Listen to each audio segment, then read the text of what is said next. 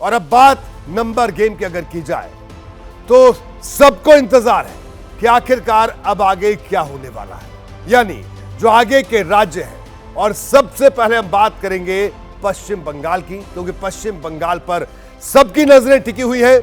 पश्चिम बंगाल में धुआंधार प्रचार भारतीय जनता पार्टी ने किया और दूसरी तरफ ममता बनर्जी ने भी उतनी ही कड़ी टक्कर दी।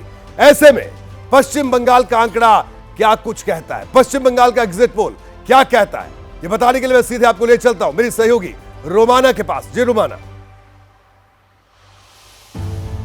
तो देश का एग्जिट पोल आप देख रहे हैं और ऐसे में एक एक कर वो राज्यों का आंकड़ा एग्जिट पोल वाला, क्योंकि एग्जैक्ट पोल का नतीजा 4 जून को आएगा, लेकिन उससे पहले नतीजों का सटीक अनुमान जो यहां एबीपी न्यूज पर हम आप तक पहुंचा रहे हैं इस पावर सेंटर से। और पावर सेंटर इसलिए क्योंकि south block, north block, Rajpath और आप देख रहे हैं किस तरीके से इन चमचमाती सड़कों, ऊंची ऊंची इमारतों के बीच वो रही पीछे देश की वो नई भव्य संसद भवन की इमारत, जहां पर पहुंचने का लक्ष्य सभी नेताओं का है। और अब बारी आ गई है पूर्वी भारत के उस राज्य की जो क्या इस चुनाव में सबसे ज्यादा उपजाऊ जमीन बीजेपी के लिए साबित होने वाली है। मैं राज्य की बात कर रही हूं जिसका नाम है पश्चिम बंगाल। पश्चिम बंगाल का एग्जिट पोल का आंकड़ा क्या कह रहा है? कुल 42 लोकसभा सीटें पश्चिम बंगाल की, 42 सदस्य संसद भेजता है भारत का ये पूर्वी राज्य। और अगर बात की जाए 2019 की तो यही पश्चिम बंगाल था जहां से बीजेपी को बढ़त जबरदस्त मिली थी। हालांकि ममता बनर्जी थोड़ा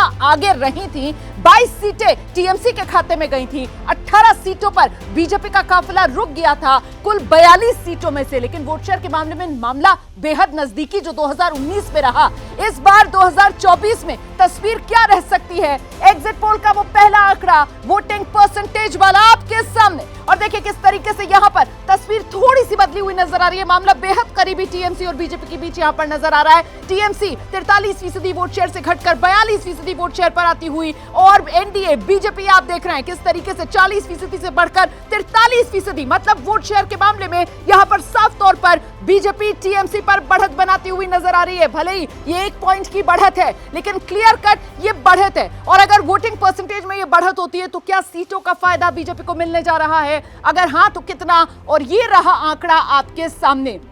पश्चिम बंगाल में बीजेपी की बल्ले बल्ले, क्योंकि 42 सीटों में से बीजेपी 23 से 27 सीटें जीत सकती है। ममता बनर्जी को झटका बड़ा लग सकता है अपने ही गढ़ में। ममता बनर्जी 13 से 17 सीटों पर सिमट सकती हैं और कांग्रेस गठबंधन के खाते में 1 से 3 सीट जा सकती है। यह पश्चिम बंगाल का बड़ा आंकड़ा